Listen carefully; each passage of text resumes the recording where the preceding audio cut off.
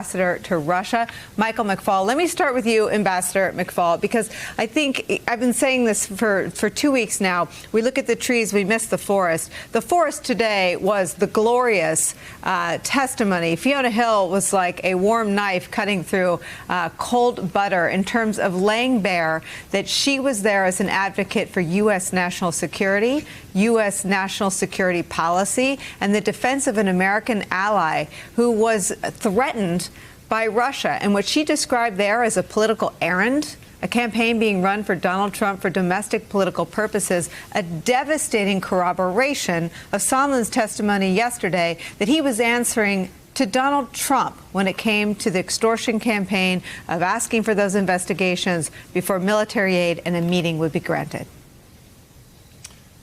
You just summed it up, and I actually think that quote and that clip might be the summary of the entire proceedings.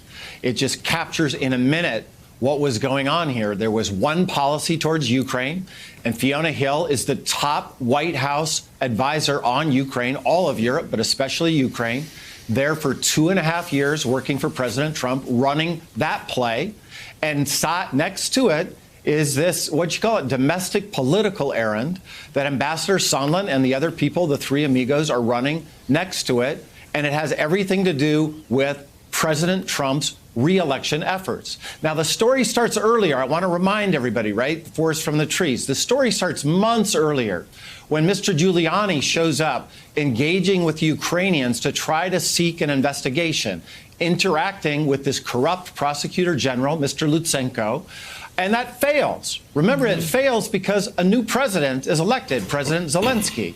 And that's when they discover, aha, now we have some new leverage. This new guy needs an Oval Office visit. We heard that time and time again, including today. We're going to use that leverage to reopen our request for the investigations of two crazy things, right? The CrowdStrike DNC server on the one hand, but more damningly, an investigation of Burisma, a company that Hunter Biden's son was served on the board. And that's when they had new leverage. And then they upped the ante one more time by withholding military assistance. And that only ended on September 9th when he said, I didn't want anything. Well, that's because the whistleblower had outed this whole thing. And I just think the facts are as clear as day, and nothing today did anything to refute any of those basic facts of the case.